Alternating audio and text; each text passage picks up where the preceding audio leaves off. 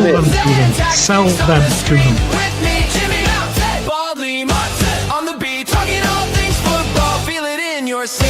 Yeah, but Lee, that's their fault. Shabbat line.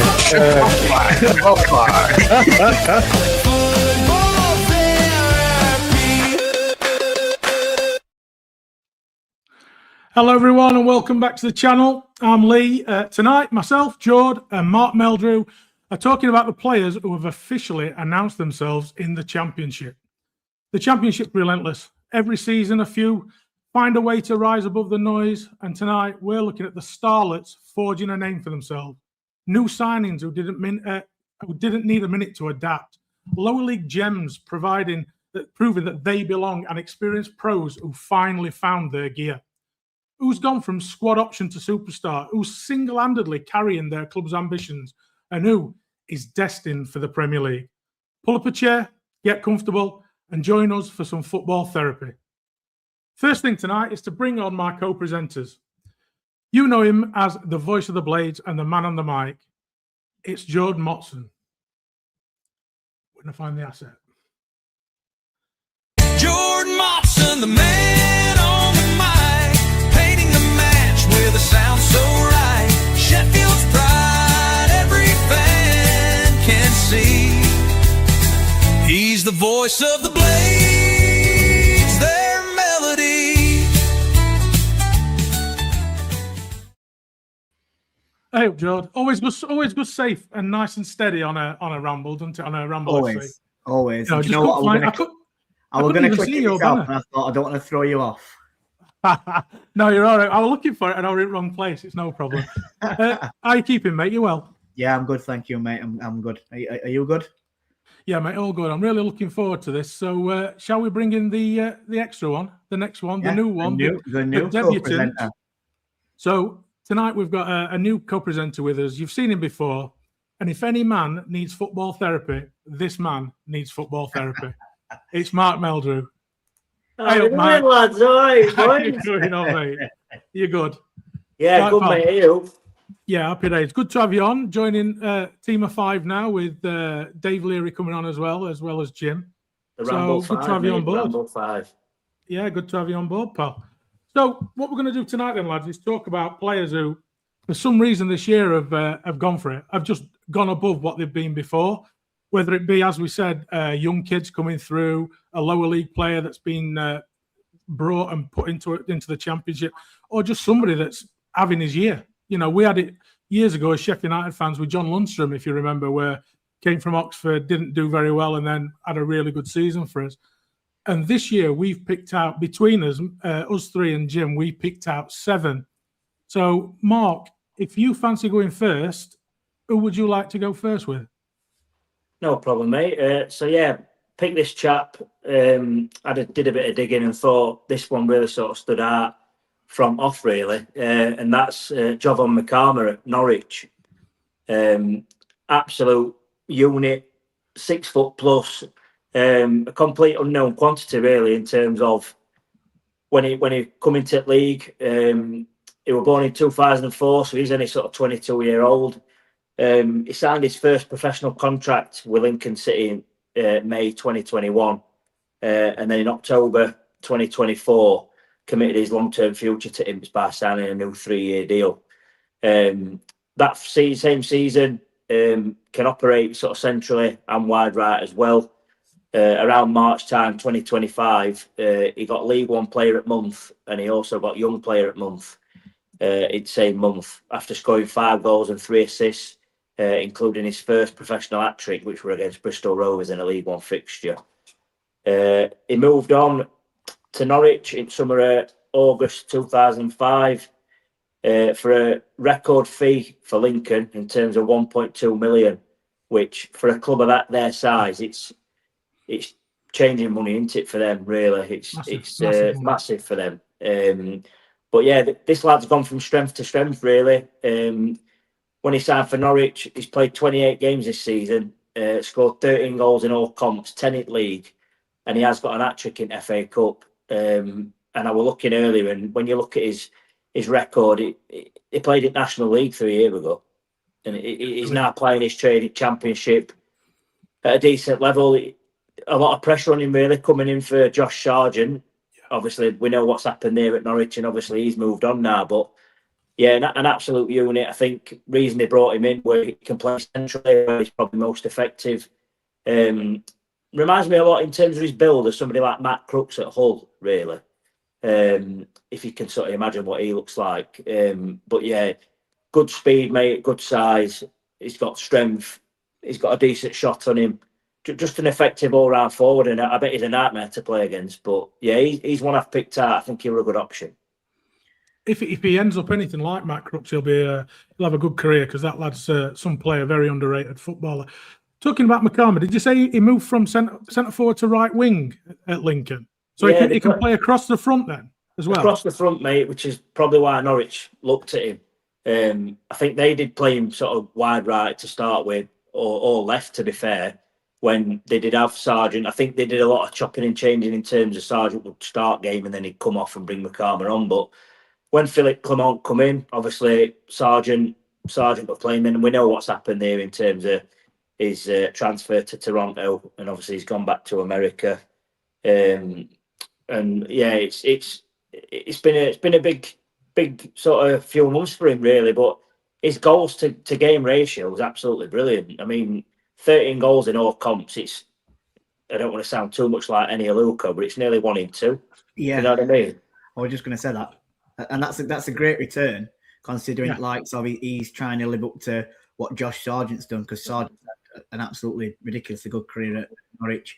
He's been a fantastic Championship striker for him. His goal return has been good, and obviously he wants his move back. Norwich had a great season, and he wants his move back to America to get in their team for World Cup. So McCarmer to come in and get 13 goals in 28 games in all competition, again, it's another fantastic return.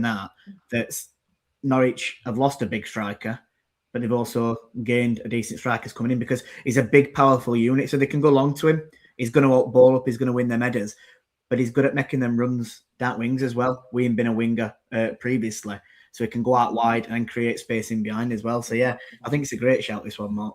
I think big thing is, sorry, Lee, I was going to say, I think big thing as well is we've only been 22. He's not even in his prime yet, and he's an absolute unit. I mean, he's been a great signing for him. And if I'd have asked anybody really at the beginning of the season, do you know who Jovan McCarmer is? They'd have said, I ain't got a clue.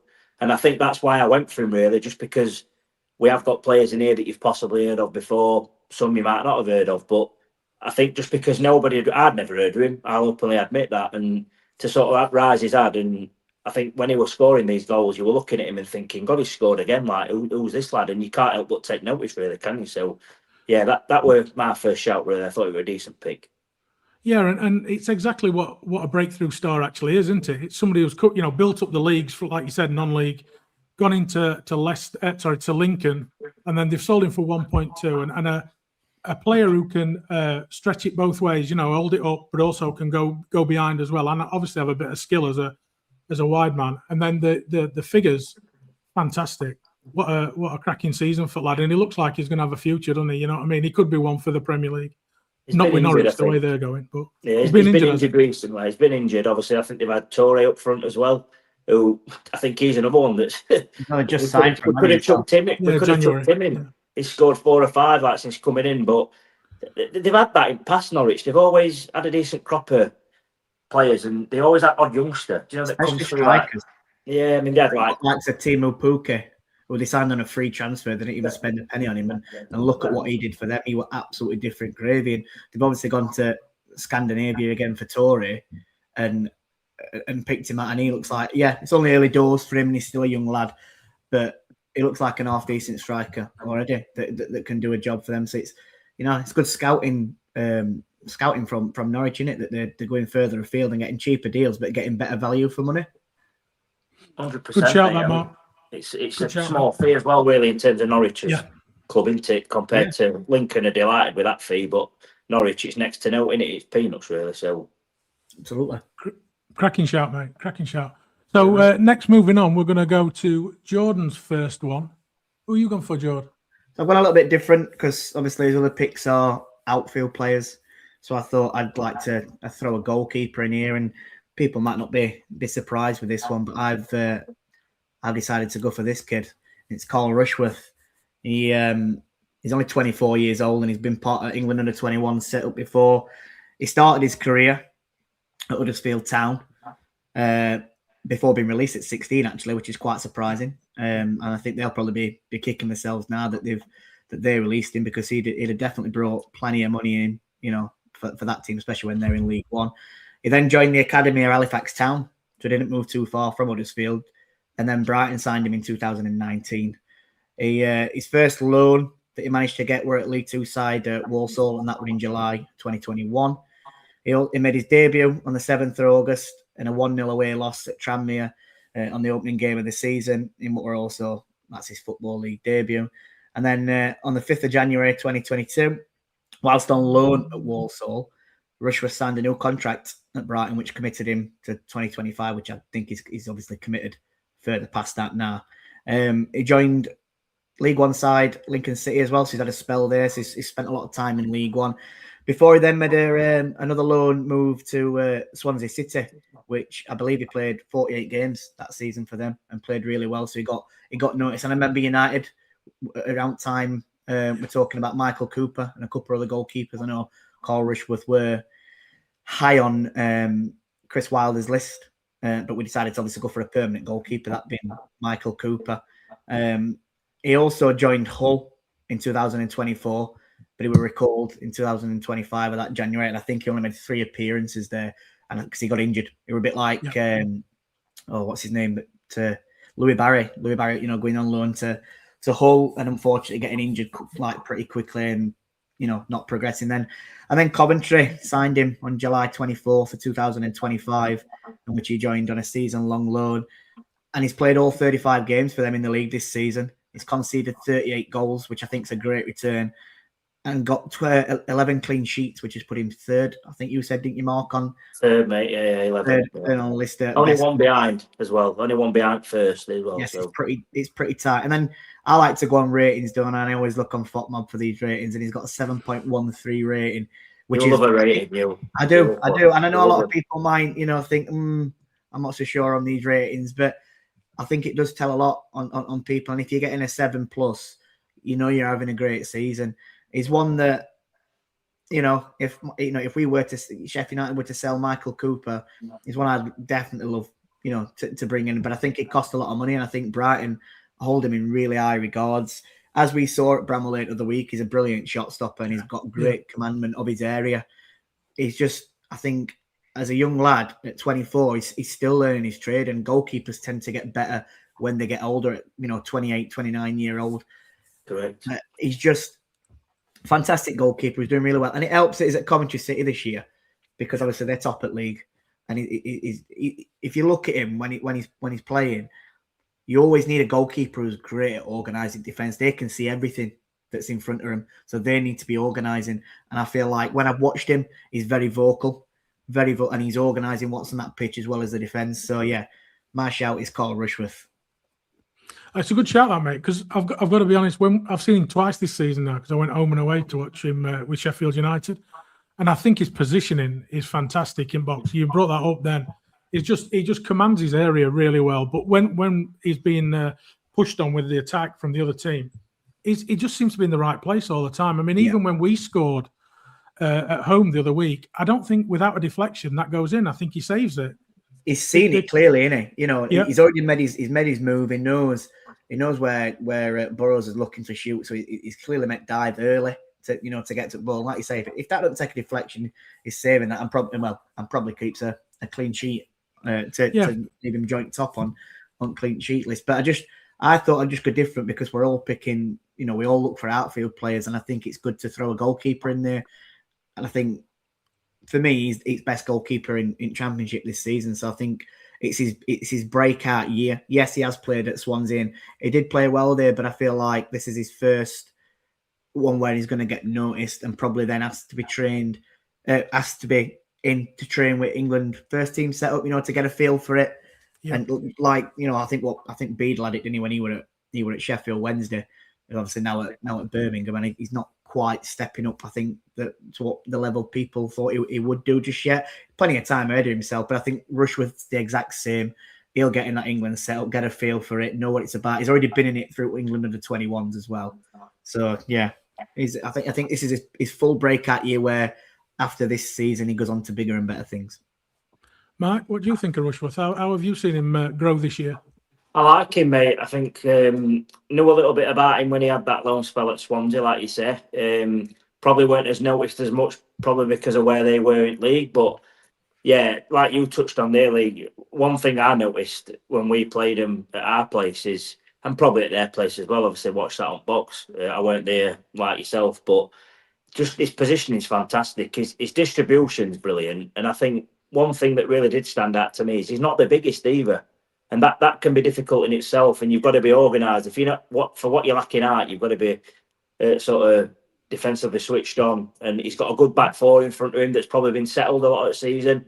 I think Barley and Kitchen, I think they've had probably most settled back four in league, to be honest. I think Bobby Thomas had a slight injury, but he's a great goalkeeper, mate. Like you said, he probably gets that shot without deflection a few weeks back, but yeah, I look at goalkeepers sometimes and I think good goalkeepers always have an aura about them.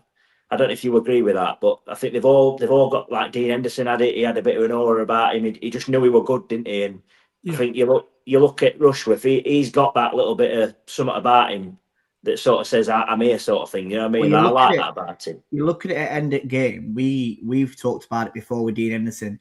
The crowd would have banter with him through the game, and he'd focus, he'd zone in, and be brilliant. He'd pull off them saves, and then he'd react at crowd, and they'd then get on his back, and he'd love that. Well, United fans were on Rushworth's back exactly the same as that. And then the video that went round where people are like sort of slagging it off, and I think, no, that Puausery that he's had to take the stick all game. They've then won the game, and he's turned around and give it back. I love it, and that's what Dean Henderson used to do. Well, so that's the character that he's got about himself, that he can take it, concentrate, and then give it back at end of game. And I think we all love that, don't we? When Henderson did that at Leeds away, when Basham's arriving happened, yeah, like we love it. Like we love it when Sidney Peck does it. We love anybody who comes to our club and has got a bit of Puausery about him, as you said, Jord. Fans love it, and it gets player on side straight away. He'll be adored in Coventry. Don't worry about that. I think he'll. Sorry, Lee. I'm just going to say, I think it could be a bit of a Dean Henderson story where, you know, like we got promoted and then went for Dean Henderson again from Manu on loan. I think Coventry will go up, and I think that they'll probably take him on loan again next season in Premier League. And why wouldn't you? You know, with how good he is. He's a Premier League goalkeeper in the making. And the only surprise to me is that when he was at Brighton, they've never given him a look, even in a League Cup game. But they're always sending him out on loan to get experience. The thing is, they've got a few keepers, though, haven't they? Then that's the thing. Yeah, they have. Like and people like that. What's that say about him? Yeah. Well, he's number one for Holland now, isn't he? So he's a decent keeper. He's getting. I know he's getting linked with some bigger teams as well. So it's to be honest, that might open the door for he might get loaned out. But if Verbruggen goes at the end of this season, Rushworth might then get his chance to step up at Brighton. And Sorry, Lee, go on, mate. I was just saying that, and it's well deserved if he does get his chance from what we've seen. You know, the kid's a good player. 100%. So it's me next, and my first one is a guy that's been here a year already, and it's Swansea's Zan Vipotnik. Oh, thought we had a Dominic there. So this guy has come over last season. He's a 23-year-old Slovenian. He played in Slovenia for Maribor, and he's been on loan in second division for Gorica and Triclav. He scored 20 goals in 39 games for Maribor in top league. And then in 2023, he got a move to Bordeaux for only €2 million. So, you know, he's not, casting loads of money out for this kid. He's a bit of a prospect for him. Anyway, on 1st of August 2024, Swansea take a bunt on him on a 4-year deal because his contract's been terminated. Bordeaux have gone bust. And they've got demoted down to third division, and they've been made non-professional. They're amateur again now. So they picked him up for nothing. Anyway, first season, 2024, he plays 42 games out of 46, but he only scores 7. It's like he's getting used to English league, like a lot of strikers of his ilk have to do. But also, Swansea weren't great. You know, they had a push, but they, again, failed at the end. So this season, 35 league games have gone. He's got 16 goals and 2 assists. He's the top scorer in division. And he's the reason, in my mind, that Swansea is 16th and clear at relegation zone. Because they had a decent start. They've had a bad middle with Sheehan, and they got rid of Sheehan. And now they brought in, I'm trying to think of his name now, Victor Matos, who steadied the ship. So, this kid's a proper player. They've only lost 2 games this season when he scored. That's an incredible record for this and kid. He scored plenty of times as well. I think it's more recently, isn't it, that? Yeah, he's a kid who he's a lot of the times his goals are winning games, and that's priceless. Yeah, winning points all the time. You look at his value now. They've got him for free. He were only 2 million to Bordeaux, and he's at £15 million range. He's rated at now. For a guy to come through from Bordeaux, land, not do great this first season, and then he's just kicked on the second season. I think it's a massive breakout season for this kid, and he's now also the second youngest player ever to score for Slovenia, behind Seško, who's at I said that right, by the way, at Man United. Love that. So this is a guy like from nowhere again that's come through this season with a little bit of a start and then coming through again. What you're saying is he's an international striker now as well, which is going to bump his value up, and he's scoring as well at an international level. I know some people look at, well, what team he scored against, but it doesn't matter. He's still worked hard. He's still become a clinical goal scorer in Championship, which has got him his chance in national team. So yeah, I think this is a great example of a breakout season, Lee, and I think it's a great pick, pal. Do you think? Mark, what do you think of the Potnik, Mark? Did you see him against Wednesday or anybody like that on Sky? To be fair, mate, that was most recent time I've watched him properly. Obviously, we're on Sky that day, and I think biggest thing for me is when I've watched him last season, what you were talking about with his form, and obviously he didn't get goals that he probably wanted. Well, he were a little bit slight, and I think you can tell he's worked hard over summer. Yeah. And I think he's your classic example of you can't really judge a book by its cover straight away. Like we had it with Vinny Souza, didn't you? When you come over, it's a new country, you've got to acclimatise to country, surroundings, where you're living, all that sort of stuff. Might have got family over with him as well, and you've got to adapt to all them things. And let's be right, Swansea haven't really pulled up trees this year, and he's been a constant sort of threat in their side. Sort of every time ball goes near him, you think there's probably going to be a goal or a big chance, you know what I mean? So, yeah. And I always think when I look at strikers and they play against us, could I see him playing in our team? And he'd be one that I could definitely see him playing for United. Fee might be an issue, but yeah, I think he's improved this year. It's a great shout, to be fair, mate. One I probably wouldn't have thought of, but yeah, good shout. I'd rather have him than Tom Cannon. Well, it's just a return thing, isn't it, on Tom Cannon? He works as hard as this kid. He's just not getting the chances, in my opinion. As B. Ream once said, it can only get better. I'm not doing Mick McCarthy to it. So what we'll do now is we'll move on to some comments. Do you want to take these comments, Jord, or do you want to? Yeah, I can do. That's fine by me. So we'll start off with it's Batman Lou. He says, "Evening, guys. Great topic. This. I love the Championship. For me, Imran Louza is a standout player in the division, but in terms of growth, Sidi Peck is the breakthrough star. He's fast becoming a player that can run a game, great composure and mentality, and can do a bit of everything." Which we'll move on from them because you might see him. You never know. All be revealed. And he also says, "I mentioned Femi Aziz at Millwall, who has emerged this season and is impressing me more all the time. A real talent that can turn fullbacks inside out." Yeah, I've seen Femi Aziz and I really like him. It was reported actually in January that Millwall turned down, I believe, £20 million for him. Yeah, 20 million. From Premier League team, weren't it? Ipswich, no bid about 12, but I think it was Palace. Yeah, I think it was Palace as well. It was Palace. Which is great commitment from Millwall, because obviously they are up in playoffs, so they don't want to lose the most influential, player really. But like £20 million, it shows you how much of a breakout season he's had and how well he's coming on. So yeah. I think Millwall of a couple of years ago would have sold him, but the fact they've had a bit of investment this season, it's helped them no end. But he's some player, that kid. Yeah, he's some player. See his goal of the week against Birmingham. Yeah. Oh, what a finish! Like that tells you a lot about him. There's not many players in this league that can pull that out of bag. But yeah, hats off to him. Great player. They've had SA obviously in recent years, haven't they, as well? Who's obviously now back in champ with Coventry. But yeah, I think he'll be next one, definitely. Yep. Gaz says, looking forward to this one, gents. City Peck turnaround from 18 months ago to now is impressive. I agree. Dave Moore said, hi guys, my pick would be Lewis Walker from all aboard the championship. Cheers, Dave. Your mate, Mark. Cheers, Dave.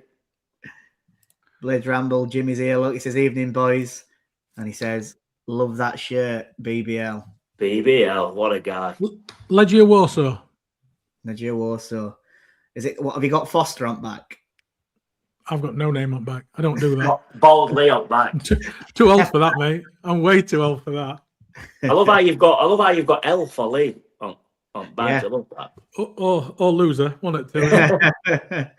Gaz also says, let's go Ryan Collier to QPR. Also Jeremy Monga. Well, has Monga not had as many games more recently?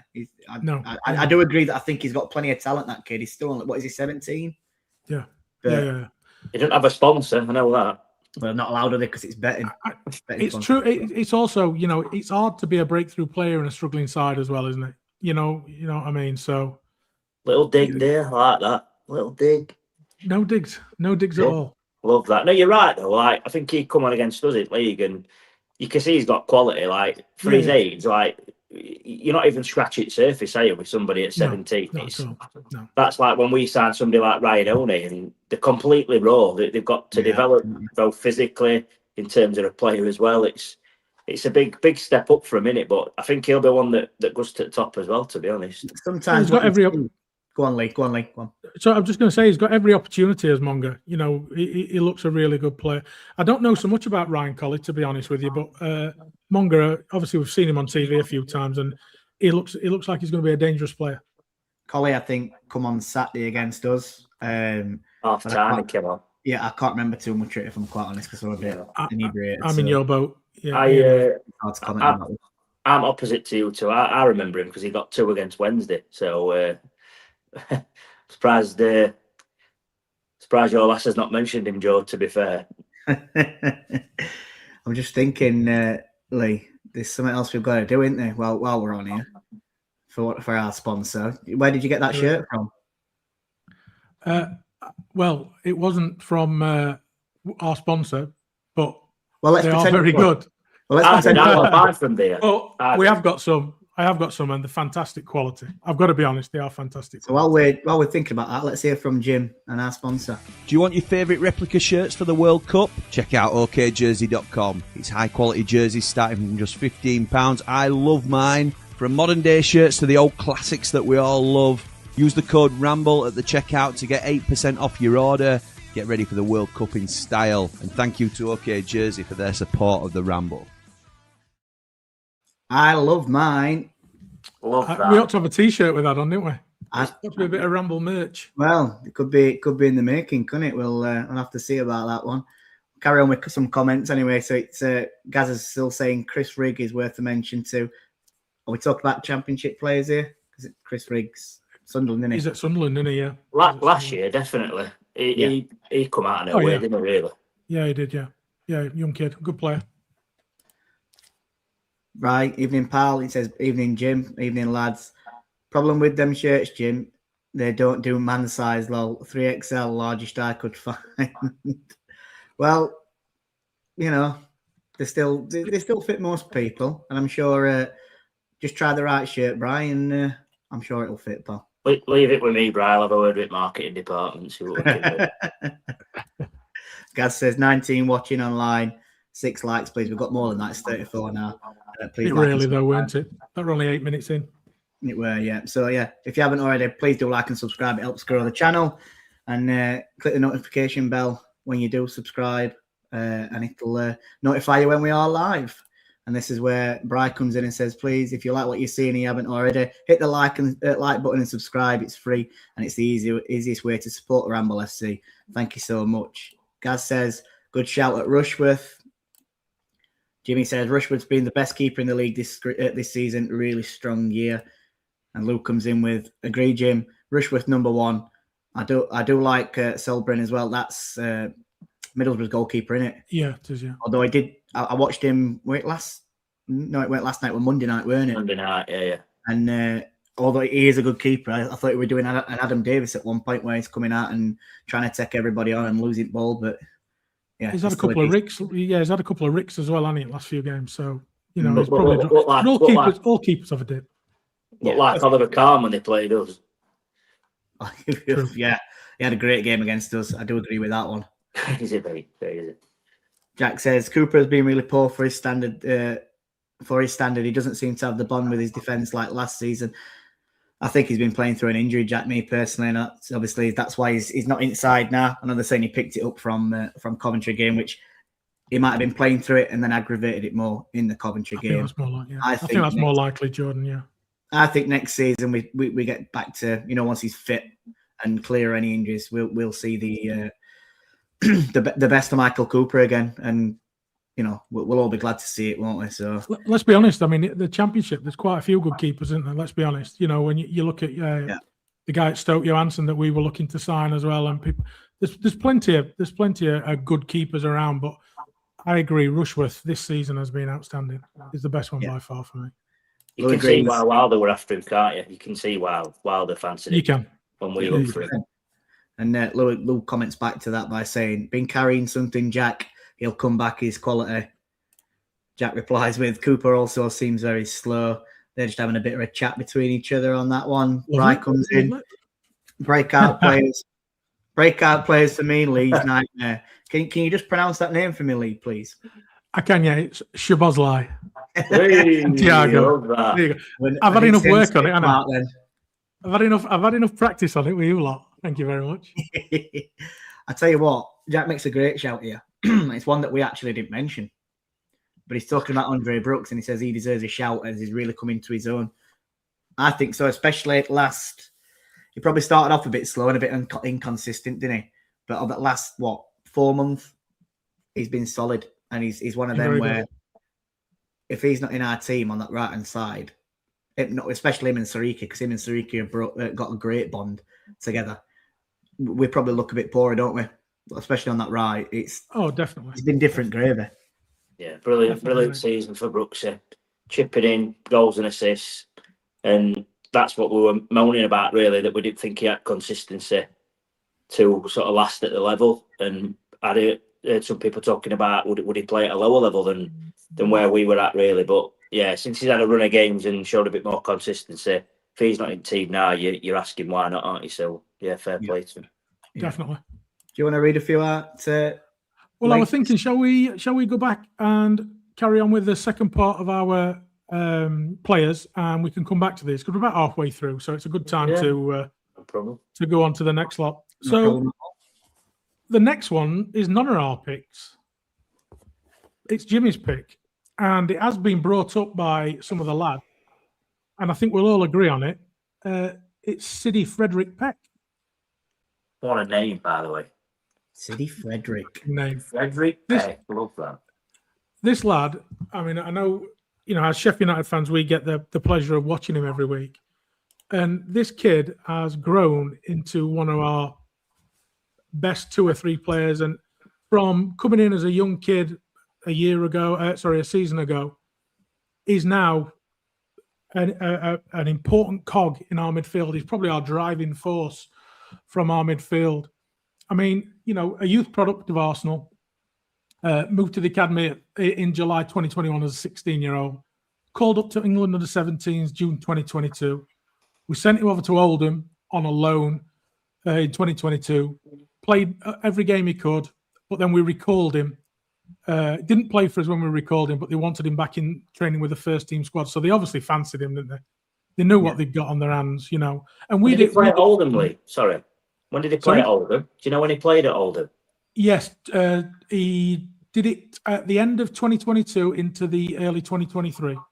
It's not long ago, is it? You know what I mean? When David Unsworth, I think David Unsworth, the manager at Oldham, might be right, United, and we helped him out. And I remember my brothers got a few mates who are Oldham fans, and they did say we're very raw and obviously, which he's going to be at that age, about 18 at the time, weren't he? 17, Yeah. 18. But they said he were class, like different gravy for that level. They were playing at National League at that time. And they just said you could see that this kid's got something about him, which I'll leave it back to you now, Lee, but I just thought I'd put that one in.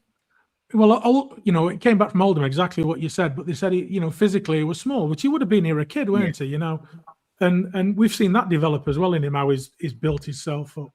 Yeah. But, we've heard about him for years, about his talent coming through. Our blasters and Pecks will come in. Anyway, he finally breaks into our team as a substitute at Premier League against Brentford, December 2023. It's the only game he plays for us that season in Prem. Signs a new contract, 4-year contract in 2024. Makes 47 appearances last season for us. Grew stronger. You could see his belief in him growing, game by game as it went through the season. And you just see him grow. And then 15th of November 2024, plays for England under 20s, scores against Germany at Chesterfield. This kid, his trajectory now is just going and going. And big clubs are starting to notice him. And that's when we were all starting to get worried that we might lose him. So then he gets called up to the 2021s, plays in a 2-0 victory against Kazakhstan. Then the next season for us, this season, we had a bad start. The team had a bad start, and every player within that team had a bad start. Then all of a sudden, we're using this kid as our 4, a holding midfielder, which is not his game, is it? He's a driving force in midfield. Yeah. We changed the manager. Wilder comes back in, plays him in his proper position, and this kid has just gone on and on and on, improving and improving. For me, it'd be between him and Femi for young player at year. I'd probably just go with Peck. Femi's had a good season also, Riki. But this kid now is starting to add goals to his games. And the leadership from a 21-year-old kid on the pitch for Sheffield United is going to be a captain, whether it be with us, with somebody else, is a born leader. Yeah. And for me, long may he remain at Sheffield United. But this is a Premiership footballer, and I don't think that he'll be with us for very long at all going forward. I agree. So, you on Peck, George, what's your take on him? It just reminds me of, was there when George Baldock left and Billy Sharp left and Egan left, we didn't have them leaders in that dressing room anymore. And obviously Billy Sharp were a blade. He grew up in Sheffield, but Baldock come from down south, and so did Sidney Peck. Sidney Peck's a Londoner. He's a London lad. And when them types of players buy into your club and they make it like they class that as their club, they're saying it's their club, they buy into everything that's Sheffield United, they become an instant hit with the fans. And that's what Sidney Peck's doing now. Baldock did it, God rest his soul. He was fantastic. And we all loved George Baldock. It's now obviously Sidney Peck's taking that role on. And he's the first one that when we win games or even when we beat Wednesday, he's riling up their fans, he's getting into them, he's riling up their players, and then he's doing that and then getting everyone together and going, right, let's run towards Cop End and go and celebrate with his fans. And it's first person to do it with, and everyone's singing his name. He's utter class. And I honestly don't think we'll see him past this season at Sheffield United, if I'm honest. I think someone like Brentford will take him on, or even maybe Forest if they manage to stay up. I just think it's tailor-made for Brentford, to be honest. And I think with Jordan Henderson being at Brentford, I think he's the type of player that could take him under his wing and bring him on. Mark? I can't really add much to what you two have said. He's top draw, isn't he? I mean, obviously, George, my son Rory absolutely loves him. He's 4-year-old. He gets up in the morning singing about Sidney Peck. It's crazy, really. But like you said, Lee, he's got that. He's just got that something about him, hasn't he? For his age, I mean, his interview after QPR on Saturday was just absolutely top class. He speaks like he's played 300 games, and people forget. People forget it's his second season in proper professional football, really. But yeah, like you just touched on there, George, with like Baldock and Billy Sharp and all them, and people like Basham. Obviously they got the club, and Wilder calls it himself. They calls them culture carriers, don't they? They carry culture at club, and he's been outstanding. I think the sad thing about City is I think we'll not see him as long as we probably would like to. Like you said, Lee, he's adding goals to his game, which is only going to make his price go higher. He's an England international as well, at his age level. And yeah, he's outstanding. I mean, his 2 passes on Saturday to set Chong away and put Campbell in were just top draw. Do you know what I mean? Weight of pass, everything about it. But like you say, he's front at queue every time something kicks off on pitch. He's there. Sometimes you're in the crowd thinking, Siddy, just hold your horses a bit, just go steady. Don't go doing out daft, you know what I mean? But he loves it. He loves fans. He's put on social media recently, my club. And I know it's easy to put that and it's easy to get fans on board, but I genuinely do feel he gets the club. He sees family all round ground all the time. We've seen it in hotel and stuff like that. And top class, mate. I love him. I think he's brilliant, and he's really come on this season, definitely. He's one like Illiman, isn't he? That you can't begrudge him for making that move. You know, we're more than likely, I think, nailed on. Not going to go up. There's still that glimmer, little bit of hope, isn't there? But and I think if we went up, obviously, we would keep him because we could offer him Premier League football. But the kid is ready made for Premier League, and we can't stop him that. And that's why I feel like I said about Brentford, a bit perfect club for him, because if we move him back down to London, you know, that is his hometown. So that's the only other way. It might, you know, you can't begrudge him for moving back home. We'll still be his club, you know, and he'll still probably, when he's not playing for Brentford, he'll come back and watch us, and he'll still be around with fans. And he's one of them that we're going to take a keen interest on, like I do anyway. Real him and die. That you keep following their career, you know, for the rest of the time. I'd love to see him play for England. Absolutely love to. It's one of them as well. I think when I first noticed him, really, you look at players like Illiman when he made his debut against Peterborough in that 6-2 win with Morgan Gibbs-White, who were central to everything. You look at Siddy, I think he come on as a sub against Watford that first season when obviously we came down for Premier League, and he made a challenge on halfway. It were near end. Made a challenge like, you know, one of Siddy Peck's typical challenges. Yeah. And it got bigger cheer than goal. You know what I mean? And that's ever since then, he's just had that in him, and absolutely outstanding. I love him. I think he's pivotal to how we play. Him and Gyro in midfield are absolute pivotal, and yeah, hopefully we can keep him a bit longer, but I do think we'll struggle. And if he's the sacrificial lamb to help us to go and sort of build for next season, then so be it. But yeah, he's been outstanding for us. Yeah, it's a good shout by Jim. That I do think he could have probably had Sariki as well because of what he's done for us this season. But no arguments at all with Siddy Peck. Fantastic for us. So we'll move on to the next one, and the next one is your second pick, Mark. Who's that going to be? No problem, mate. So it's not his dad who played at Championship before, but it's Patrick Agyemang at Derby. You see the Ed Sheeran, by the way. Ed Sheeran at the bottom. That's because Jim, every time they talk about Agyemang, he sings Azizam by Ed Sheeran. So he stuck Ed Sheeran. Meet me on the floor tonight. Anyway, enough of that. I don't think that'll stop it getting monetized, lads. We're not having a carpool karaoke here. That's good job they couldn't see me, put it that way. But yeah, mate, so another bit like Makama, another unknown quantity, really. 25-year-old American, born in year 2000. He's played 31 games this season for Derby, scored 10 goals and got 4 assists. In 2018, he started university playing college soccer in America and spent 2 seasons with the Warriors. He made 39 appearances, and besides one game, he either scored or assisted in every game. He got 30 goals, 10 assists. So this kid can score goals, you know what I mean? Yeah. 2020, he transferred to University of Rhode Island. He played 19 times. He played 37 times, scored 19 goals, 12 assists. So he's got assists and goals in his game, which is obviously attracting clubs. And then Charlotte FC sort of signed him in their draft following a trade with Colorado Rapids. And he just went from strength to strength. He scored 22 goals in 72 appearances for Colorado. For Charlotte. And then in 2025, in the summer of 2025, Derby signed him for 5.3 million, rising to 7.3 in terms of add-ons. And he's been good, mate. I think when he played against us at Lane, obviously we don't play them till the last game of the season. I thought he were an handful, and he played off at left that day. But I think when Morris got injured, they moved him a bit more centrally, and that's when he really started to flourish. A little bit like McCartney in sense of can play wide or through middle, depending on what they want in a game. But yeah, it's been a great signing. Strong, physical.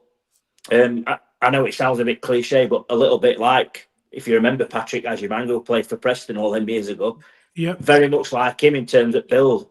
I remember watching him in a game against Bristol live on Sky when Derby just took Bristol to cleaners, and he were absolutely outstanding. we're at 5-0. We're at 5-0, I think. Yeah. He were involved in everything that night. But yeah, he's played 12 times for America. He's got 5 goals as well. So rated at obviously international level. Yeah. And I think obviously Sargent and him are sort of vying for that sort of central role in that team. But yeah, he got everything, mate. Hold up play, aerial duels, everything is pivotal to Derby, and he's been a great signing for him. It's clinical, Yes, isn't it? very much so. It's a big outlay as well for Derby, to be honest. You know, to take not a punt, because that's a bit harsh, but a bit of a risk on a lad that's not played over, you know, anywhere other than America. But when you look at him as a specimen, he's a great athlete, isn't he? You know, his size and his pace. 6'4". Yeah, that's what I mean. Yeah, and he's got a bit about him. So you know, it's a good signing. And for what he's returned already on his first season, you know, we talk about Vipotnik, who's done really well in his second season. This is his first season outside America. You've got to be happy with that. You know, that return.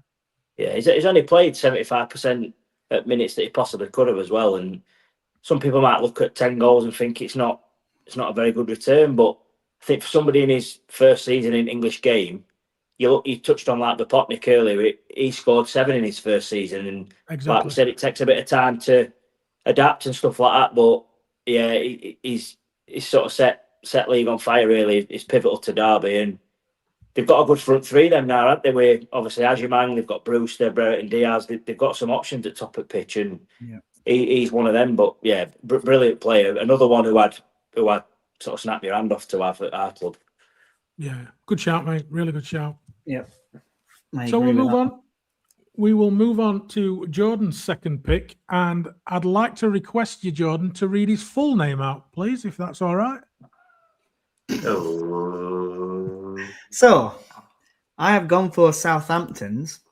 I'm going to put his name up there so people can't see me trying to read his name, but it is Leonardo, or Leo, Welschfelder, Weschenfelder Cienza. I think I did quite well. Jordan. Do you know what Well I'd done, like Jordan. to see? Well done. Do you know what I'd like to see? Lee, you tell us his full name. Leonardo Weschenfelder Cienza. I think I helped you out there, Lee. I don't know if Massively, I can mate. Massively. So Cienza is 27 years old. So he's he's moving on a bit. He's not exactly a young nipper. He's probably getting into more of his prime years, I would say, as a footballer. But he began his professional career. This is even harder to try and pronounce. Lajadense, I think, in 2018. So that were, I'm guessing this is a Swedish team. I might be right. It's not. It's Brazilian, mate. It's Brazilian. Well, It's a Brazilian side, yeah. But he then, after them, he joined a Swedish fifth-tier club called Fana BK in 2019. He moved to Germany from that, where he had spells with Schalke. But this is their reserve team, so it's Schalke 2. SC Magdeburg and SSV Ulm. He then joined FC Heidenheim in July 2024, before he then moved to Southampton. I think it were on deadline day of this. It says September 2025, so this was a deadline day move. He made his debut for Southampton on 14th of September in a 0-0 draw with Portsmouth, so obviously in that Derby game. So, I mean, that's a tough game to come into and make your debut. That's literally learning on trade and finding out the hard way, I would say. Yeah, definitely. Welcome to England. Yeah, exactly. Welcome to England.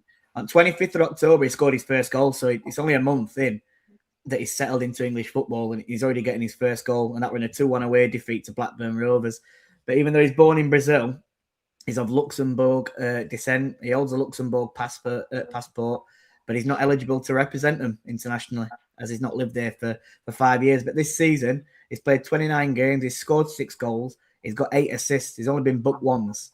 He has got a 7.45 rating, so he's up there with the top players. And he's played 70% of minutes that he could possibly play. But for me, I think he's so crucial to Southampton's attack. When I've seen him play, give the ball to him because he just gets his head down and runs with it. Likes to get in spaces in behind. He likes to run with ball, take players on, and he's got a good eye for goal as well as a midfielder. You know, one that like we have with Gus Hamer. He likes to have a shot from distance to Cienza, and I just think that without him in the team, Southampton they're a good team, but they look worse off. I think he's very crucial to how they move their attacking play, and I think to come in, you know, if you look at his career, he's always been at lower, especially starting off in Swedish fifth tier. I mean, no one's even going to have heard of them teams in that division. And it's not, we don't this is no disrespect to Swedish leagues. We don't massively look at that and think, apart from the big teams like, is it Mulder? You know, it's not a great division, is it? We had, but Traore didn't come from Swedish division. Mulder's Norwegian, isn't it? But I know what you mean. Mulder, I'm thinking Malmo. It's Malmo I run about. That's the wrong team. Yeah. But to then move on, and he's gone to German divisions and worked his way from lower German divisions, and then got his move to Southampton. He's hit the ground running, and it can take a long time. As we were saying, we had Ajimang and other players that are coming from foreign divisions. Sometimes it takes a while for him to settle in, and I think he's settled right in, and he looks a top class player. So I think it's definitely a breakout season for Cienza. Mark? Yeah, a lot like Jordan said. I mean, it sticks in my mind from when they played us at St Mary's. Again, he had over on toast, mate, and it obviously Over's played his Premier League. He's played at Championship level, and to say this kid's quite relatively new to division, he looks now like he's played in it for years. Can go left and right, can play right or left. He's really tricky customer, really low centre of gravity as well when you watch him. So tricky to sort of probably mark and defend against, but starting to chip in with goals and assists. It's never easy, no matter what level you play at. And it's been a fantastic signing. And I think he might be one that they might struggle to keep hold of if they don't go up, because he's a good tricky customer. Yeah. I mean, it's a guy that I would say that none of us have heard of until he's come into this country. You know, the kid's been through the lower leagues in Germany, Sweden, and how they've plucked him, Southampton, to give him a go here, and he must have just landed and fit the system perfectly what they're playing now. Yeah, and they haven't been great all season either, Southampton, have they? You know, they were down with us. You know, they've had a good push since. Yeah, and a lot of it is for this guy. You know, for what he's done. The assists speak for themselves. Never mind the goals, what he's providing, and it's a true everything that we're talking about a breakthrough player. 27-year-old, never really done it, and now he has. You know, that is everything what a breakthrough player is. I think it's a fantastic shout, absolutely brilliant shout. That it's one of them, isn't it? I think at his age as well, you've got to look at, if it doesn't happen now, when's it going to happen, sort of thing. He's probably thought to himself, look, if I don't start doing it now, it's never going to happen. But yeah, fantastic signing. Again, you'd have him in your team in an heartbeat. Majority of clubs would in our league, and great shout. Love that shout, to be fair. It's one of them. He's took his chance, hasn't he?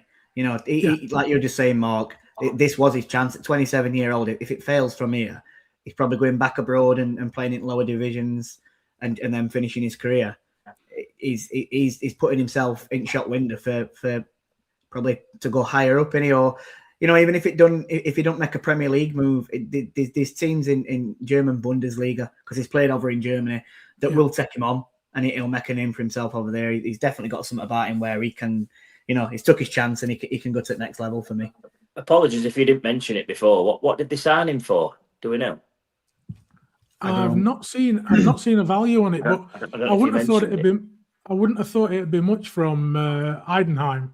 You know, it's not going to be. I wouldn't have thought it'd be a great amount of money. Maybe 7 million, something like that. I would have thought. I'm just going on transfer market. So they're rating him at 10 million now. Yeah. But I'm just trying to find out what was paid for him, 9 million. It says here, but that's euros, 9 million euros. So about 8 million. So it's a fair chunk. I don't know. I'm signing for 600,000 euros. So they made a decent profit on him. And if he carries on like he does now, Southampton will double the money on him, definitely. Yeah, 100% definitely. easy, 100%. Great shout, that mate. So we'll move on to the last one, and that's my last one. And I've gone for the Moroccan Perlo, Imran Loser. I thought you meant him with sombrero at QPR Saturday. He was good in that lad in Top drawer. Spanish, yeah. He loved it. He get it out, but he could take it and all. I loved it. It was brilliant. He's definitely used to that because he dresses it. I've been before, and it's the same person. He does it every home game. Imagine seeing that on John Street. Might try it, West Brom on Saturday. Get me a red and white sombrero. So this weren't him, actually. No, this is Imran Loser, who's at Watford. So he's a 26-year-old. Thank you very much. He's a 26-year-old French Moroccan. Started in Nantes, 2006. Captain of several youth categories at club. Made his professional debut with Nantes and scored on his debut. 1st of June, he went to Watford, 2021. So it's quite a while ago, he's been there some years now. How long he's been there? Yeah, 2021, 10 million euros. Surprising. Yeah, it did me, and he's signed a deal till 2026. So he was up. I think he's extended now. I'm not sure. Yeah, his first season was in Premier League. Watford were relegated, as we know, and he only appeared in just over half the matches and had no goal involvements whatsoever. So it's getting used to this pace of the game over in England. And the Championship, for me, is even quicker than what the Premier League is. 22-23 weren't much better for him. He only featured in 21 games out of 46, but he did score 5 and have 4 assists. So he's picked up a little bit. 23-24 got worse. He only appeared in 15 league games, scoring once, assisted 3 times. And then in January, they got rid of him to Lorient in France on loan and gave them a purchase option. It didn't do great over there, so they sent him back. They didn't take up the purchase option. So, he's not doing really well. It's mad how it works, isn't it? It's mad how it works. Unbelievable. So he comes back 24-25, starts playing better, plays in 33 games, 2 goals, 5 assists, starting to find his feet, starting to find his position as well as they've moved him a bit deeper. Anyway, his breakthrough comes this season. He's carried Watford to 9th. And let's be fair, I watched them the other week and they were horrific. So they're now 6 points off the playoffs. He's only missed 4 games through suspension because he's had a red and a one for excessive yellows. He's scored 6. He's got 7 assists from a deep lying playmaker position. And for me, he's got to be in conversation for the best player in Champ this year by a mile. He's the best one I've seen. Yeah, it's come to lane. But by without a doubt. It's the quality the kid's got. He just, if nothing's happening in the game, he will take it to the game and he'll make something happen. He's not scared to shoot from 30, 40 yards. He'll ping crosses, direct 50 yards across pitch and diagonally. And he's clever going forward and he's clever defensively. He can put a tackle in. He's different gravy for me, especially this season. And to say it's a bit like Cienza, no one probably heard of him. And then he came into Watford, but he didn't hit ground running. And he's had 3 or 4 seasons. And then the later season, he's managed to finally find his feet and stand out in what I don't think it's a great Watford team from what I've seen. I know you said they were really poor when you watched them on the weekly. But this kid, he could play about if you stuck him in a Coventry team or Middlesbrough team, it'd shine even more. And everyone would be talking, saying this kid's going for 25-30 million pound, I think. I totally agree. The fact that he likes a tackle as well. When he plays that deep role, he's not just there for the nice stuff. He'll do the dirty stuff, but he's so positive when he's got the ball. Yeah. He's never going backwards, or not very often. He's always playing forward, and it's lovely to watch. And he can play the 5-yard, or he can play the long ball. The kid oozes class. But the shock for me was how long he'd been there, like Mark said. all these years for him to build up, to come through, to find his way. I mean, he now plays for Morocco as well. But it really shocked me. I thought he'd only been there a couple of years, but yeah, a good player. I think from what I can remember, I think previous transfer window, I think Ipswich had a look at him. I think they were highly rated. I saw a few times they were looking at maybe signing him for about 10 million quid. I mean, if they sign him, they're right up there, aren't they? Like you said, George, Coventry, Middlesbrough, it takes them to the next level. And I think without him, Watford, they're probably not far off where we are, to be honest. I mean, we've still got to play them as well at Vicarage Road, and he's a great player. He's best I've seen it for a team. I mean, they lost on day when they played us, but you just come out at ground thinking like, Christ, he's good, this kid. You know what I mean? And he sticks in your head, and you almost like you see Watford come up on telly or whatever, and you half have a look because you think, well, what's he done today? Or you think if they've played well, he's probably a big reason for that. You know what I mean? So yeah, I think another great shout. A late developer, like you say, he's not sort of ripped it up straight away. He's had them few seasons at Watford, and he's got into his stride now, and he's been outstanding really since he's played that deeper role and chipped in with goals and assists. For me, he's like what we've got it with Gus Hamer, aren't we? They might not be having the best of games as well, but they can pop up at any point with that bit of quality, and that's what Loser does. He could be having a quiet game, but he's got that quality in him just to change the game. And 30 yards out, he'll have a shot and it'll hit back at net, and you're like, oh, wow. Some players you think, bloody hell, where's that come from? But you know that them types of players have got it in them. So yeah, great shout, Lee. Absolutely great shout, pal. Yeah, I love that, Lee. Cheers, mate. Well, that's us all done tonight. So if anybody wants to get in comments and let us know which one of them 7 they think might have been the best one of them, because there's some good shouts. And to be fair, any one of them, you could say has been the best of them. I wouldn't like to pick personally, because I think some great players in that. And you would look at all of them and say they'd probably be in the top 10 to 20 players in the top 3 or 4 in the positions this season. But the best, top 20 in the division. And it just shows that in different stages of people's career, they can have that burst, doesn't it? And actually push through, whether it be a system that fits them or just a place or players around them even, So really I think good. people like Loser as well, with being a late developer, it probably teaches you as a fan to not probably judge players as early on in their career. Like I've done it with people like Ryan O'Neill saying, I don't think he's good enough at level and blah, blah, blah. And he's gone out on loan and he's starting to play his trade now. And I know for a fact you've done it. I've done it sort of too early, and you've got to give these players time and not just in terms of the game, but physically as well. They've got to adapt at level as well. Different styles of coaching is obviously going to help them and this, that, and other. So, yeah, some great shouts. I think every one you could make an argument for any of them. And there were others that we mentioned that didn't make cut really. And exactly, fantastic shouts. Okay, so shall we go back onto a few comments then, George, to finish these off now? Yep. Do you want to read them or do you want me to read them? I'll let you do it, mate. I'll let you push through. You did well last time. Do you want to read some, Mark? I'll click on them. Do you want to read some? Can do, mate. Yeah, can do. Yeah, no problem. This one then.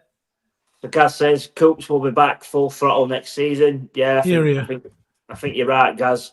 Definitely outstanding keeper in this league. I think he's had a lot of stick, which I think's been sort of unwarranted, really. When you sort of delve a bit deeper, you can probably see why he has struggled a little bit, and we chopped and changed with defence, and I do think he'll be back next season, no doubt. Batman Lou. So one point I'll make about the Championship is that it irks me every year when people call it a poor division. Never has been and isn't now. Full of good teams. The word poor is very subjective. Couldn't agree more with that. Don't know about you two. I think it's a competitive division where it's getting more and more harder to get out of. Yes, the teams that come down from Premier League have the parachute payments, and it does give them a bit of an upper edge. But when they get it wrong, like we have done, like Southampton's done, like Leicester's done, it gives the other teams a chance to kick on. And Middlesbrough's been there and thereabouts, and they've took the chance this season. But you've got Millwall, Hull last season. We're not going to mention his name, but obviously finished this season with that fraud who just got sacked from Rails. The analyst, correct. And then they were under a transfer embargo. And what a season they've had! They've brought in a great team, some great players on without spending any money, and they're having a good crack at it. So you know, it can be done. We proved that you can do it because think we spent next to nothing, didn't we? When we got money from like Harry Maguire and we brought in and Che Adams when we sold them, we and even Calvert-Lewin, we're bringing in Ollie Norwood, you know, experienced players that take you to that next level, and that's how it happens. So it can be done, and I just think that if you get it right, this division is so competitive and it's so hard to get out of. Everyone beats everyone on the day, don't they? I think we touched on this last night, mainly on All Aboard the Championship. Little plug there, by the way. Good show, by the way. Good show, mate. Yeah, well done. Thank you very much. It's got a couple of decent presenters on it. If you want to go and get a watch, Paul and Dave on it. yeah, Paul and Dave. But no, we were talking about it last night. Just the fact that I think you look at league this year, and if you'd have said you're going to be sort of beginning of March 2026, and 3 teams that have come down, none of them are in top 2, you'd have probably laughed, wouldn't you? If you'd have put a bet on that and said Southampton, Leicester, Ipswich, none of them are in top 2 in March, you'd have gone, nah, no chance. Yep. But I said last night, I think it's best league in the world, me, for competitiveness. I think last year were a bit of an anomaly, really. I don't think there were 2 teams that ran away with it, and I think obviously we were trying to catch them. And I mean, look at end of the season, they both got 100 points, and I think you'll not see that for a number of years, really. But like you said, John, every team beats everybody. Oxford beat. I know West Brom are struggling, but teams down at bottom, they try harder to beat them teams at top. And Oxford have took points off Middlesbrough. They've took points off Coventry. So no games are given. Like none of them in this league are given, and you've got to be right at it from off. Yeah, I'm just going to skip through a few comments because obviously it's giving people a chance that haven't been on. There's quite a few that have come through, but I'll let you read from this one, Mark. So Ian says, agree with your 3 choices. Would also throw Andre Brooks and Femi Sawiki into the mix. Both really matured as players since Wilder's return. Yeah, as Sheffield United centric, you've got to agree with all of them. Yeah, definitely. 100%. I think I don't know. Oh, sorry, Gaz said this one. Aidan Hackney too. Yeah. Yeah. 23. Well, he were mentioned when Hackney and sorry, the centre half at Wrexham that I forgot his name now. The young kid who plays Cleworth. Cleworth, he was another one, weren't he, that has done really well. So. And then it comes down to this. I love mine. Get that on a t-shirt. Well. I do love mine. Incredible. To be fair, Jim's had quite a few of them, and he says he really likes his as well. So, well, he says he does love his, doesn't he? So, happy days. They are good. They're good quality. Yeah, I love that. There's this one. Is this might be for you, this Lee? I don't know which one that is. Sorry, I don't know. I don't know what he means. Move on. I'm not reading that right next. Jack says, knew there was a player in Peck when I saw him play against Wrexham. Yeah, another good example, that cup game. I think from that point onwards, he were a lot more involved after that, weren't he? I think that were really a game that brought him through. But yeah, great shout, Jack, yeah. Well, he was supposed to be going on loan to Chesterfield, weren't he? No, Wrexham looked at him and all after that game, didn't they? Yeah, they did. We kept him in. Yeah. So Ian says again, Keith Andrews at Brentford knows about City. I think that's the one that. Yeah. I think you said earlier, Joe, didn't you? I think they'll definitely be sniffing. I've said it a while. Jordan Henderson's obviously hit latter stages of his career. I think he's an absolute shoe-in to take that spot from Henderson. And even if he's still there when City signs for them, if he does, he's learning off one of the best midfielders. In the last few years, he's won everything on it with Liverpool. So, yeah, fair play to him. Bright says, why would you go to Forest? For God's sake, City's better than that. Well, I'm glad that's not me making that decision, Bright, to be honest. But listen, money talks, doesn't it? It doesn't matter who comes. Money talks. It doesn't matter who comes in for you. If I got offered to move in my job and they said, here's another 10 grand a year, I'm going, mate, aren't I? So, yeah, it's interesting, but I get what you're saying. Yeah. Jimmy says, City Peck, incredible rise, will play most of his career in the Prem. Yeah, couldn't agree. Definitely. Couldn't agree more. I know you two will probably think the same.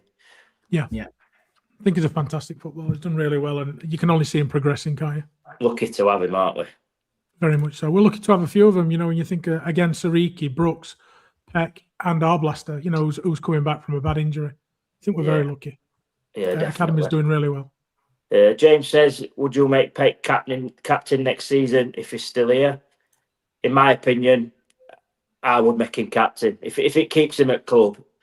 That's nothing against Jaffet Tanganga. I think he's been a decent leader for us, and I think he was a captain at Millwall, so you can see why he were brought in. Not probably had his best season, I would say. I think he's been a little bit shaky at times, but I think you just watch Peck in interviews and how he plays on pitch, and he's just such an influence on pitch. Do you know what I mean? And you can see he probably is off it. He's probably wanted changing room, just getting players going for these big games such as Wednesday and at home and this, that, or the. Whether you think that's big or not is up to your own thoughts. But yeah, I would. I don't know about you two lads. I'd have him as captain, no doubt. Well, I think he's a ready-made captain. So even after what I've said earlier about, I think he is a captain and he will captain clubs. I wouldn't unless we put more leadership around him as well. So he's got some backup that he could learn. I think we're a bit short of leaders in our team. And I think a couple more, you know, if there were two Ben Mees or something like that, I'd be more than happy. I know Bamford could be a leader up front, but I'd like a bit more around him before he got a captain's armband, to be fair. I think he's made to be a captain, whether it's now or in the next season, I don't know. I think key point to make as well of that is, obviously, it's one thing talking about him being a captain, but I think even if he don't have armband on, I think he leads by example. Yeah. That's what I like about him. I think he's one of them players where I think sometimes players, when they've got that armband on, they raise their levels, and I don't think that should be a thing. I think it should be a given, especially like that's probably what Wilder would expect and stuff like that. But yeah, he's just absolutely class. We all love him, and if he were captain next year and Tanganga weren't, we're not going to complain, are we? Because he's still at football club and he's representing us. So, well, it's like you say, it's not a bad thing, because remember that season when I don't know if it was Billy who was captain, but you got Egan there, you got Stevens, you got O'Connell, you got Basham, you know, Fleck. They were all leaders.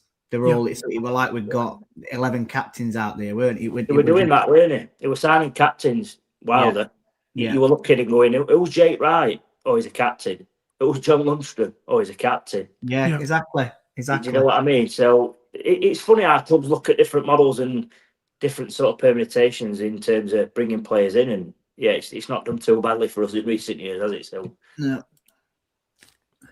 Jamie says, "Hey up lads, hope you're doing well." Yeah, cheers, thank Jamie. you, mate. Yeah, we're all good. What about this one? Great player, man. Oh, is he singing again? It's like I knew, innit? It's like I knew we were going to put that. You know what I mean? Who comes in with, "How do you mind meet me on the floor tonight?" as well. I know what we're singing at Christmas do. And it's a long way away. That is. It's a long way away. Whoa. The people can wait for that one, Mark. They can wait for that one. It's not Sugar Babes either after Saturday's fiasco, but yeah, another one from Lou. Go on, George.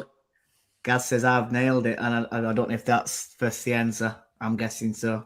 I hope it is. About 10 to 9 these comments. So I don't think it was you singing. Put it that way. I definitely wouldn't say it's that one. I can tell you it's not for singing. I can guarantee you.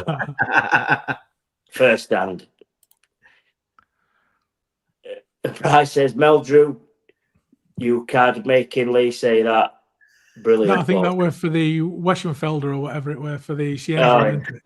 Yeah. You've got to get involved, Brian. Yeah. It just obviously follows on by saying, please, if you like what you're seeing and you haven't already, hit the like button and subscribe. But like we've said, it really does help the channel. We're trying to get it out there more and more. Some great content coming up and some great discussions. So if you want to be a part of it, get your notification bell on and support the channel best way you can. Well said. Well said, mate. Oh, Jesus. Lee, do you... Pierre Junior Mwomo. Use this one. Pierre Junior Mwomo. At Watford. Been practicing. Just a natural, mate. Just a natural. Samari. Yeah. I tried to get that one off. I've just clicked further down. Hold on. We'll go that one first. Are you trying to set up BBL, Mr. Morwood? Yes, he is, obviously. but I've passed that one. I'm all right with African names. Now say it. Jibril Samari. Dead easy, that one. Dead easy one. But he's best player in Liga, I think. Oh, he's definitely not. There's no song for him. I could tell you that for free. But we'll talk about best player in the league because here comes Jimmy. We'll read these out. Jimmy says, loser, best player in the league. He can do a bit of everything. 6'8", top class. Absolutely agree with that. It was there then, weren't it? It was there then. 6. Oh, no, we're not. Mark, I know you knew around here, but we'll leave things out when you get cut off. In fact, this is what happens, Mark. If you say stuff like that, it gets too right. removed from stage. We're not having that. I've got that meme in my head. Do you know where it says, "Hello, darkness, my old friend"? Yeah. Go on, Lee. You start finishing off with these comments, pal. Yeah, so Dave says, hey, Dave, I hope you're well as well. Great show, guys. Well done. So many good choices. There were some good choices, I've got to be honest. Lads have done well with them. So moving on, we've got Brian. Keep it ramble, folks. Definitely, Brian. Thank you very much. The man in black, Gaz. This is gleaming tonight, gents. I love that. Gleaming. Love that. Thank you very much, Captain Gaz. Thank you. Cannot wait for the next topic next week. Be interesting. Be interesting. Just finish it with that. But I don't know what "yes it was" means, but there you go. All that's good. The last comment for tonight, Lee. Well done, lads. Really good show. Really enjoyed that. Some really good players. Anything you want to say before we make his exits? I think we've covered everything. I think if we're going for who's the best pick there, I think for me it's a choice. To be honest, they're all good. They're all really good. I'd love to say City. I'm not going to say it because I can be looked as biased. I'm looking at Cienza or Loser are the best breakout seasons for me on that list. What about you, Mark? I would say McCarmore, as you know, I'm only joking. Yeah, it's hard to not be biased, obviously, in terms of City because we know what he's all about. I have to agree. I think possibly Loser. I think Rushworth's a good shout, mate, as well. Yeah. I think because he's a bit left field in terms of not an outfield player. I think it's easy to sort of dismiss him. So yeah, great shouts, mate. Great discussion as well. I've enjoyed that. And just a little bit of a side note: if you are watching and you're a fan of Premier League, it's currently Man City 2, Forest 2, with 15 minutes to go. And yeah, wow. They pulled it back one apiece, Forest, and it's City took lead, and then Forest have just equalised. So yeah, it's Arsenal are winning as well. So you're looking at the bottom at the table for that because West Ham's beating Fulham. Yeah, 7-point gap between City and Arsenal as it stands. Yeah, so they're creating a gap there, and then West Ham are bringing themselves back into it. I don't think Leeds are out of it either. West Ham are on level points with Forest now. You watch. I think Leeds will stay up. Leeds will stay up. Leeds will stay up this year. Leeds, as it stands, though, Leeds are the 3 points clear. But the one that's down there that I'm looking at is Tottenham. Tottenham are 1 point clear in 16th. They're in big trouble. They're in big trouble at the moment. Then Leeds are one I'd be a bit worried about. You know, I think they were 9 clear at one point. And I think they've got the best running for me. When me and Gaz were on last night on Watch Along, they've got some decent fixtures against Sunderland. We looked at fixtures, and for me, Leeds have got the best running out of what's like. They've got we think before obviously tonight's game. I said 40-point mark is what you look for. Gaz sort of thought that 35-point mark might actually do it this season. But now looking at that, I think it is going to be 40 points. But if it were 35, Leeds have got Burnley and Wolves to play at home. I know Wolves are, they are picking up a bit, but if Leeds beat them and get them 6 points, and if you're looking at a 35-point mark, it keeps them up at that point. And here's Gaz here as well. He's just saying that Spurs are in huge trouble. Jack comes in with, I want one big team to come down. It'll be so funny. They're going to have to sell a lot of players, but they've also got, if Tottenham came down, I fully expect them to sell players, but they'll still have a decent enough team to take themselves back up, like Newcastle did years back. And what you've got to say, if somebody like Tottenham come down, these players that we've been talking about tonight are the type of players that they're going to have to be getting to get out of this league. Yeah. Because they're going to have to get rid of a lot of players. I know they'll have money contracts that'll get half or whatever. Well, I For a don't club think that- Tottenham have. I've heard that. I've read that if Tottenham go down, they haven't got a relegation. Oh, like think Leicester. Like Leicester didn't. Yeah. Yeah. So Yeah. it's not great for him, obviously. Uh, I was going to say as well, we were on about this today in office, and can you imagine Tottenham going to Lincoln next year? As somebody once said, I'd love it. Can you I'd imagine love that? it. Like Lincoln rocking up to Spurs Stadium. They've just got Brilliant. promoted. They're going to Tottenham's ground. They're in the same league. This is what I mean. I said to people all the time, football is best sport in the world because you just never know what's going to happen. It's absolute chaos in every league, and there's stuff to fight for in every league at the minute, and it's fantastic. So, yeah, it'll be an interesting few weeks. Right, so going back to the breakthrough player, I would say for me, the breakthrough player of the year for me is Cienza. I think to come from where he's come from at his age and then to get the breakthrough this season, his stats are incredible for what he is. So, Jord, I think that's a fantastic pick and he'd be my choice. I think well done there, pal. I finally won one. Jord Motson wins again. That's the first one Right. I've won. So, Fair play, unfortunately, mate. guys, that's all we've got time for in this week's session. I think we've made some breakthroughs tonight. Jord's obsession with overlapping centre backs is in a safe space here. Mark, for a debut, you've opened up beautifully. Thank you. Though you'll need work on those Meldrew moments before next session, mate. I'm sorry. Yeah, man. Right, To everyone well, watching at home, if you feel triggered by your team's league position, just breathe. Don't check the table and keep attending football therapy. Please leave your thoughts and your traumas in the comments below. We'll see you all for more football therapy next week. Have a good one.